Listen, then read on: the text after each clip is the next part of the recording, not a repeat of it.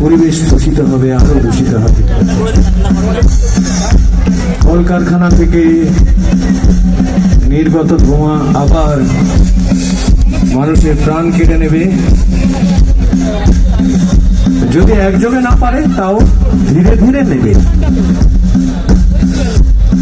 আমরা যতই গান গাই না কেন, যতই বক্তব্য পেশ করি না কেন, যুদ্ধ আটকাতে পারবো না। এবং এটাও জানবো যে রাজনীতির মঞ্চে সাকসেসফুল হবার জন্য বা দেশ চালনা করবার জন্য যেটা করতে হয় সেটা হলো মিথ্যে কথা বলা।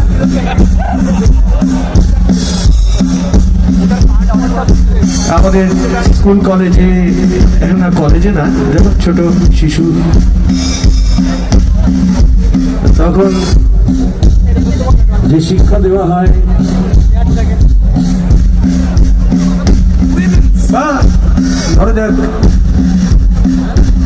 সবাই তো কোনো না কোনো ধর্মের আঙুল ধরে বড় হয়। ধর্মগ্রন্থগুলো যে শিক্ষা দেয় সেই শিক্ষা জীবনকে চালায় না, পদে পদে তার বিপক্ষে যাওয়াই জীবনের চালিকা শক্তি হয়ে দাঁড়ায়। এটাই রিয়েলিটি। কিন্তু সত্যি কি সব শেষ হয়ে যাবে না কোথাও ওই একটা ঘরে মাঝে মাঝে আয়নার মুখোমুখি দাঁড়ানো, মাঝে মাঝে যেটা সত্যি সেটাকে স্বীকার করে নেওয়া, মাঝে মাঝে মুখোশটা খুলে ফেলা, মাঝে মাঝে একটা জানলা খুলে দেওয়া, তাও কি শেষ হয়ে যাবে? তাহলে তো আর গান বাজনা করবার কোনো মানেই হয় না।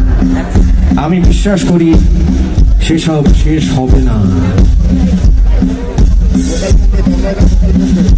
আর সেই বিশ্বাস নিয়েই 25 বছর ধরে আমরা negative negative negative negative negative কিন্তু নেগেটিভ পজিটিভিটি অর্থাৎ বিষে বিষক্ষয়।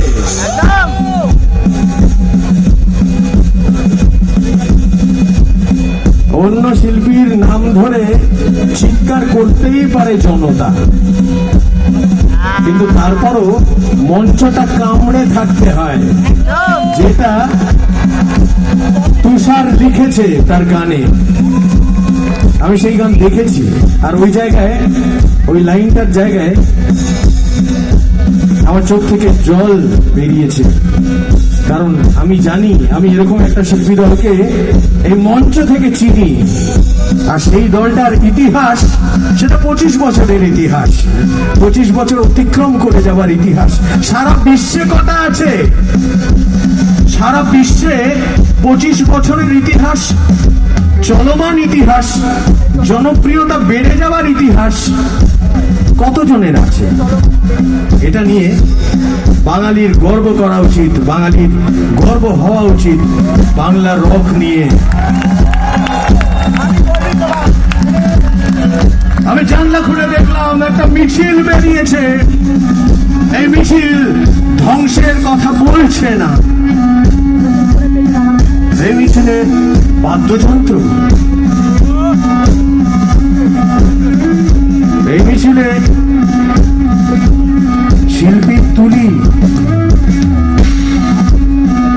এই মিছিলে কবির কলম, এই মিছিলে চিত্র পরিচালকের ক্যামেরা।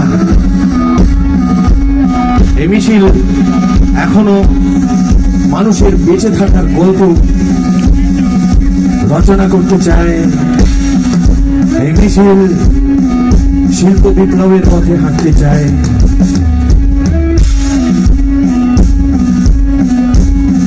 আর এই মিছিল আমাদের কলকাতা,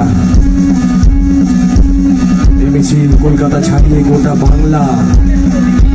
বাংলা ছাড়িয়ে, গোটা ভারত ছাড়িয়ে আন্তর্জাতিক দুনিয়ায় এই মিছিল অল্টারনেটিভ ভাষা তৈরি করতে চায়, অল্টারনেটিভ শিল্পের ঠিকানায়।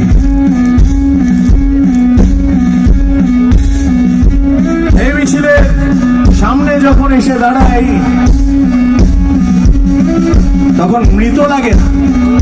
হ্যাঁ, ঠাট্টা করে বলতেই পারি আমরা পাঁচজন ভূত, কারণ একটা বিরাট ইতিহাসকে রিপ্রেজেন্ট করছি আমরা।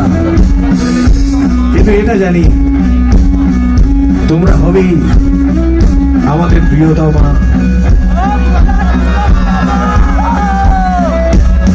তোমরা হবেই কলরিনী।